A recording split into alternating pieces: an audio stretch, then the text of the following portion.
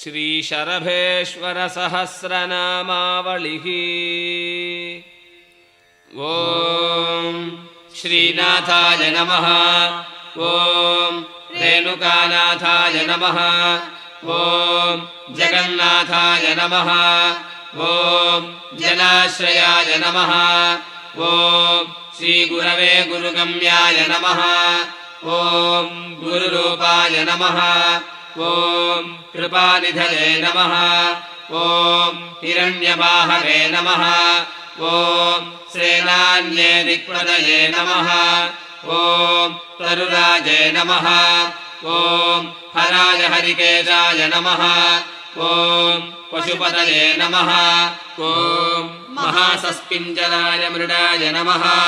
ಓಂ ಗಣೇಶಾಯ ಗಣನಾಥಾಯ ನಮಃ. ಓಂ ಗಣಪೂಜ್ಯಾಯ ನಮಃ. ಓಂ ಗಣಾಶ್ರಯಾಯ ನಮಃ. ಓಂ ದಿವ್ಯಾಧಿನೇ ನಮಃ. ಓಂ ಭೂರ್ಭುವಶ್ರೇಷ್ಠಾಯ ನಮಃ. ಓಂ ಪರಮಾತ್ಮನೇ ಸನಾತನಾಯ ನಮಃ. ಓಂ ಪೀಠೇಶಾಯ ಪೀಠರೂಪಾಯ ನಮಃ. ಓಂ ಪೀಠಪೂಜ್ಯಾಯ ನಮಃ. ಓಂ ಶಿಖಾವಹಾಯ ನಮಃ. ಓಂ ಸರ್ವರಾಜಾಯ ಜಗತ್ಕರ್ತ್ರೇ ನಮಃ. ಓಂ ಪುಷ್ಟೇಶಾಯ ನಮಃ. ಓಂ ನಂದಿಗೇಶ್ವರಾಯ ನಮಃ. ಓಂ ಭೈರವಾಯ ನಮಃ. ಓಂ ಭೈರವಶ್ರೇಷ್ಠಾಯ ನಮಃ.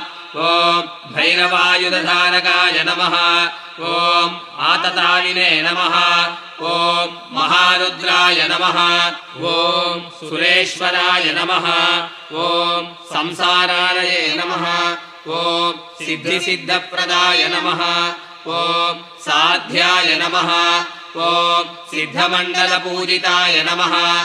ಓಂ ಉಪವೀತಿನೇ ನಮಃ. ಓಂ ಅಹನ್ಯಾತ್ಮನೇ ನಮಃ. ಓಂ ಕ್ಷೇತ್ರೇಶಾಯ ನಮಃ. ಓಂ ಪುರನಾಯಕಾಯ ನಮಃ. ಓಂ ಬಹುರೂಪಾಯ ಬಹುಸ್ವಾಮಿನೇ ನಮಃ. ಓಂ ಬಹುಪಾಲನಕಾರಕಾಯ ನಮಃ. ಓಂ ರೋಹಿತಾಯ ನಮಃ. ಓಂ ಸ್ಥಪತಯೇ ನಮಃ. ಓಂ ಸುತಾಯ ನಮಃ.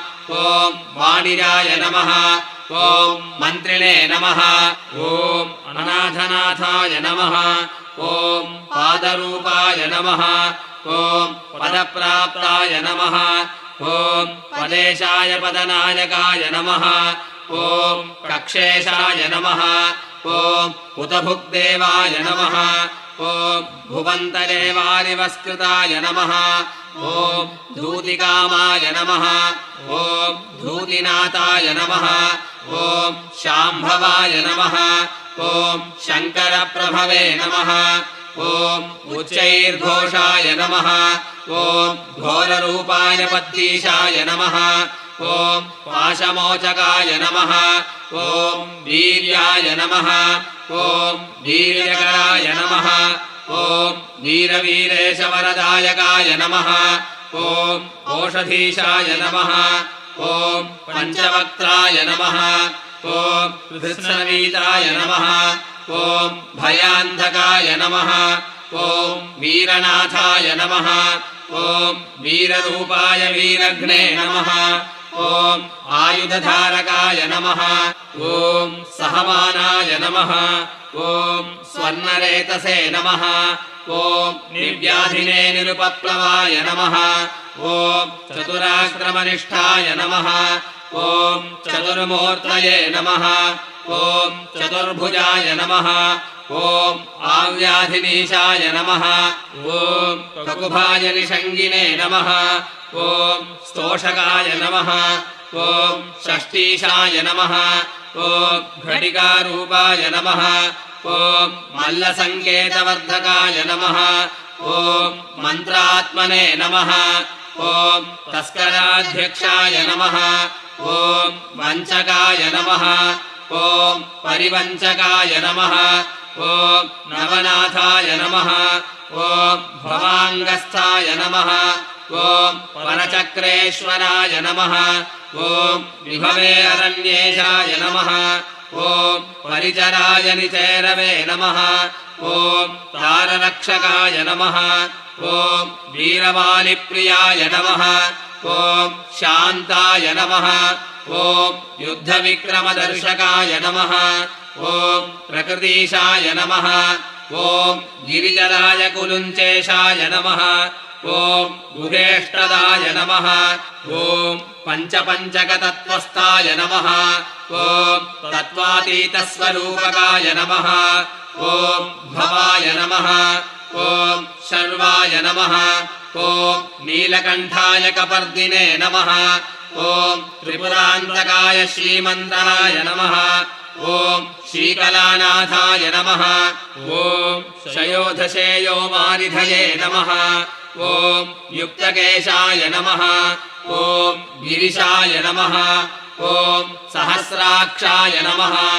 ॐ सहस्रपदे नमः ॐ मालाधराय मुनिश्रेष्ठाय नमः ॐ मुनिमानसहंसकाय नमः ॐ शिपिविष्टाय नमः ॐ चन्द्रमौळये नमः ॐ हंसाय मीनुष्टमाय नमः ॐ अनघाय मन्त्रराजाय नमः ॐ मन्त्ररूपाय नमः ॐ मन्त्रपुण्यफलप्रदाय नमः ॐ ऊर्म्याय नमः ॐ शूर्म्याय नमः ॐ ईर्भ्याय षष्टिभ्याय नमः ॐ प्रथमाय नमः ॐ पावकाकृतये नमः ॐ गुरुमण्डलरूपस्थाय नमः ॐ गुरुमण्डलकारणाय नमः ॐ आचाराय नमः ॐ तारकाय ताराय नमः ॐ अवस्वन्याय नमः ॐ अनन्तविग्रहाय नमः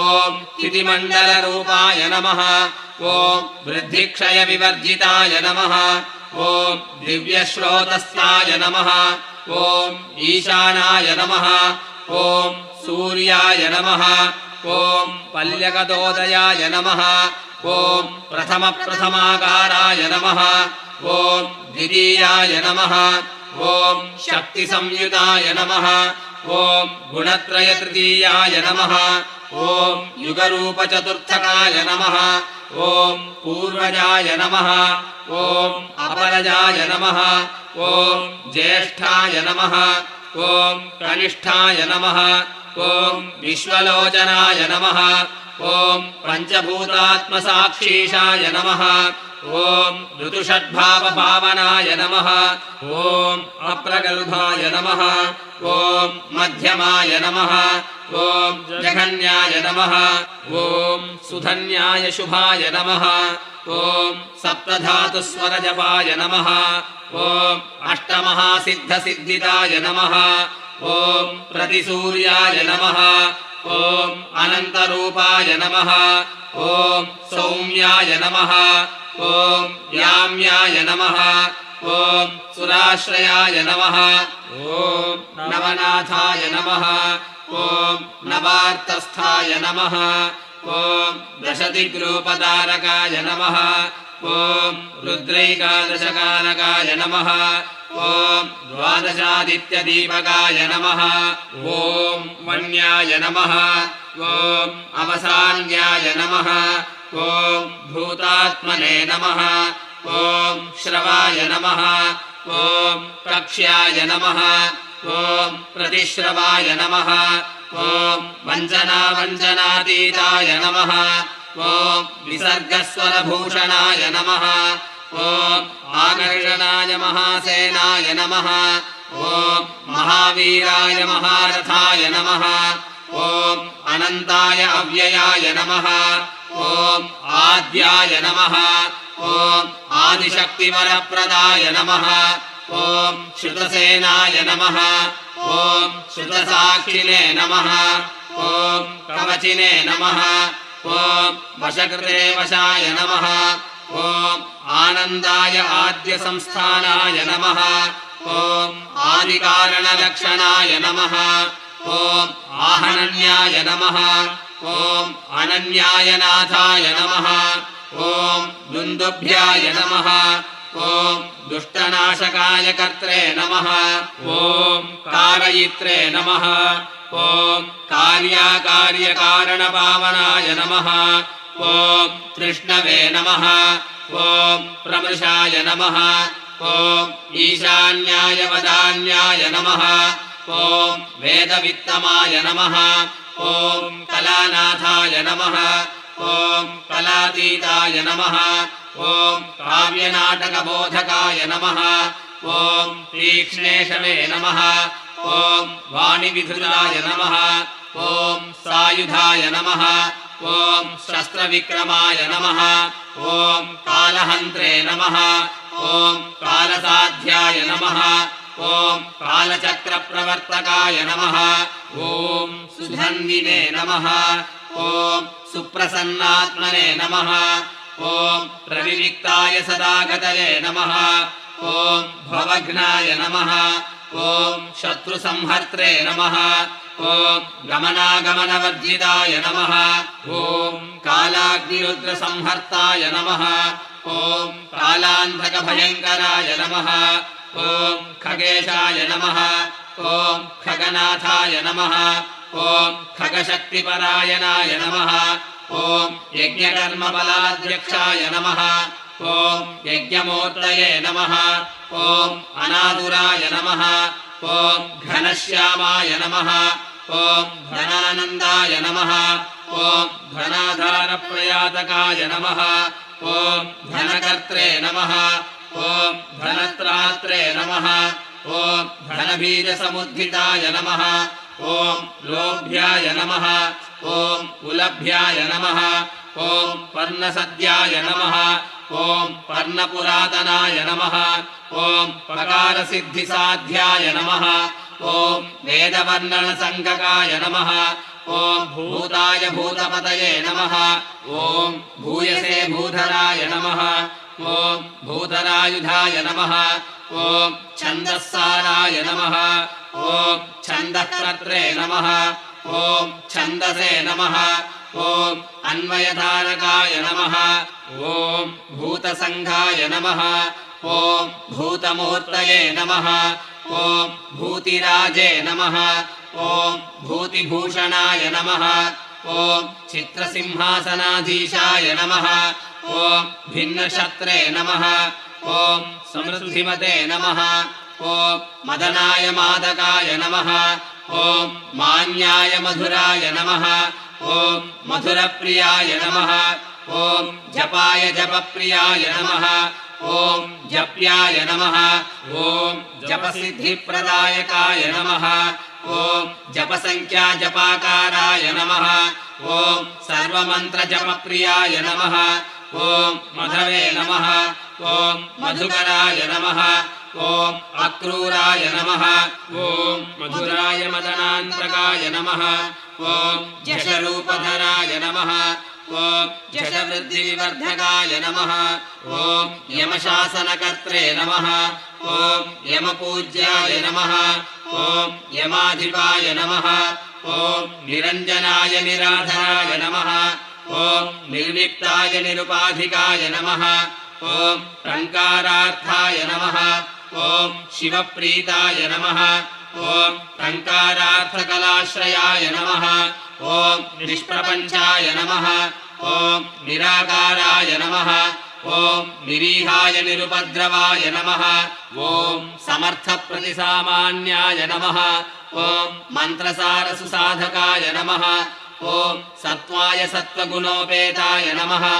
ॐ सत्त्वविदे नमः ॐ सत्त्ववित्प्रियाय नमः ॐ सदाशिवाय रुद्ररूपाय नमः ॐ पक्षविक्षिप्तभूधराय नमः ॐ धनधान्यप्रदायकाय नमः ॐ अष्टपादाय रुद्राय नमः ॐ शरभमूर्तये नमः ॐ नाथाय नाथप्रियाय नमः ॐ नाद्याय नमः ॐ धननाथाय नमः ॐ नादब्रह्माण्डनायकाय नमः ॐ नमो रुद्ररौद्राय नमः ॐ महोग्राय मीदुषे नमः ॐ नाथज्ञानरथाय नमः ॐ नित्यनादान्तपददायकाय नमः ॐ फलरूपाय फलादीताय नमः ॐ फलायाक्षरलक्षणाय नमः ॐ श्रीं ह्रीं क्लीं सर्वभूतान्याय नमः ॐ भूतिभूषणाय नमः ॐ रुद्राक्षमालाभरणाय नमः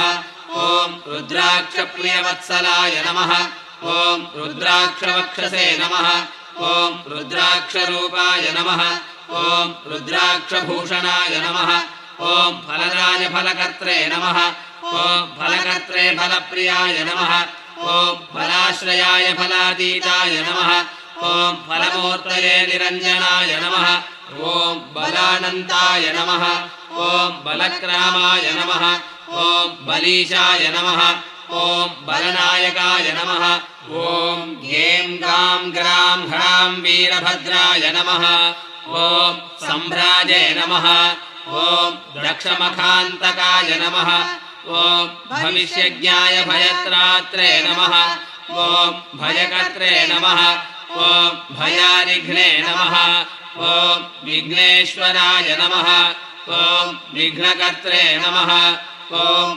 गुरुदेवाय शिखामणये नमः ॐ भावनाध्यानरूपस्थाय नमः ॐ भावार्थफलदायकाय नमः ॐ श्रीं ह्रीं कल्पलता कल्पकल्पनापूरणालयाय नमः ॐ भुजङ्गधामसत्कर्मिणे नमः ॐ भुजङ्गाभरणप्रियाय नमः ॐ ह्रीं ह्रूं मोहनकर्त्रे नमः ॐ छन्दमानसतोषज्ञाय नमः ॐ मानातीतस्वयंवराय नमः ॐ भक्तमानससंश्रयाय नमः ॐ मृगेन्द्रचर्मवसनाय नमः ॐ नारसिंहनिपातनाय नमः ॐ आकारायाग्निबीजाय नमः ॐ अपमृत्युविनाशकाय नमः ॐ प्रें प्रें प्रें प्रहृष्टेष्टदाय नमः ॐ मृत्युग्ने नमः ॐ मृत्युपूजिताय नमः ॐ व्यक्ताव्यक्ततमाय नमः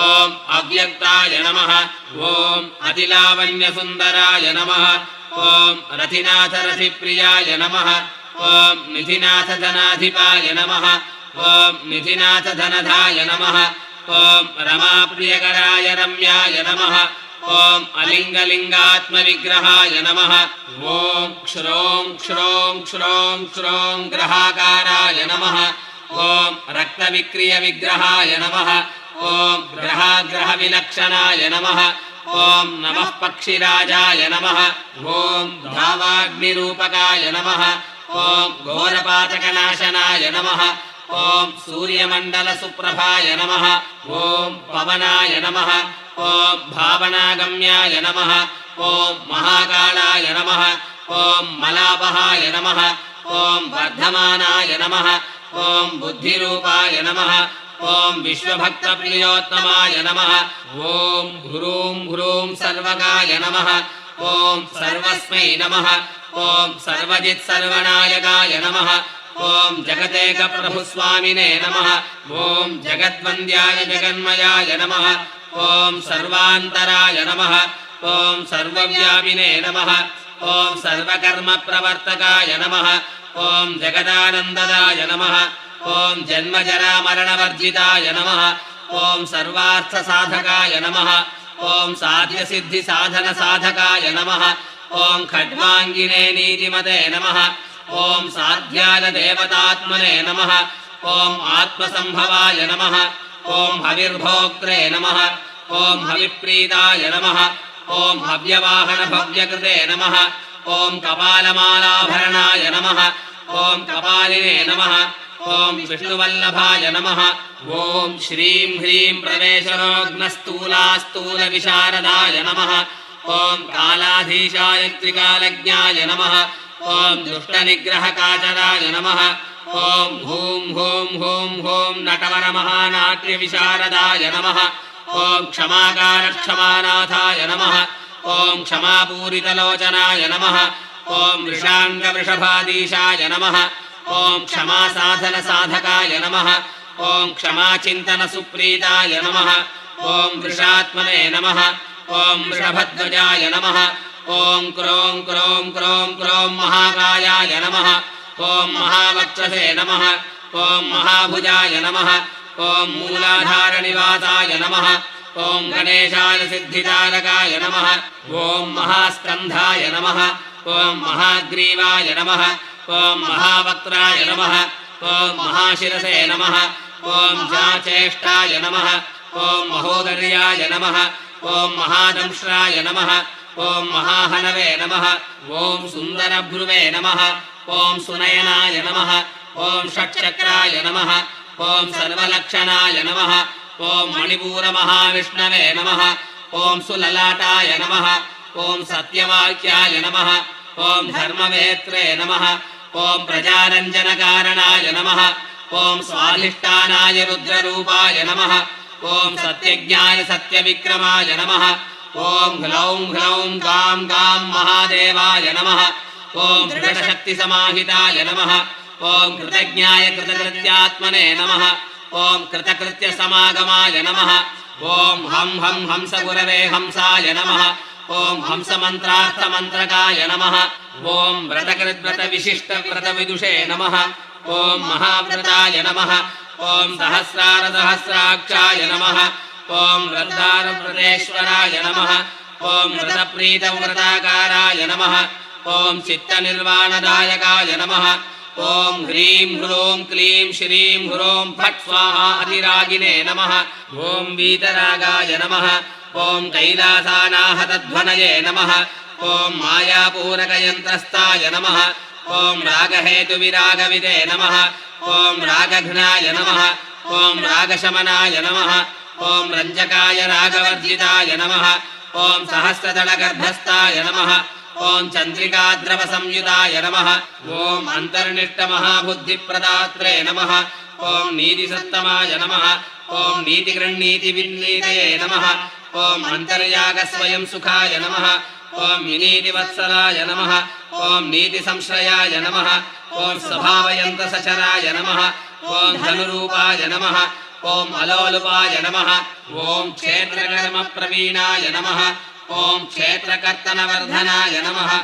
ॐ क्रोधजित्क्रोधमत्क्रोधिने नमः ॐ जनविक्रोधरूपधृते नमः ॐ विश्वरूपाय विश्वकर्त्रे नमः ॐ चैतन्याय नमः ॐ यन्त्रजालकाय नमः ॐ मुनिध्येयाय नमः ॐ मुनित्रात्रे नमः ॐ शिवकर्मधुरन्धराय नमः ॐ धर्मज्ञाय धर्मसम्पन्नाय नमः ॐ ध्वान्तघ्नाय ध्वस्तसंज्ञाय नमः ॐ इच्छाज्ञानक्रियाधीतप्रभावाय नमः ॐ पार्वतीपतये नमः ॐ हं हं हं हं हं लतारूपाय नमः ॐ कल्पनावाञ्छितप्रदकल्पवृक्षाय नमः ॐ कल्पनाथाय नमः ॐ पुण्यश्लोकप्रयोजकाय नमः ॐ प्रदीपनिर्मलप्रौढाय नमः ॐ परमाय परमागमाय नमः ॐ जरां जरां जरां सर्वसंक्षोभाय नमः ॐ सर्वसंहारकारकाय नमः ॐ क्रोधग्ने नमः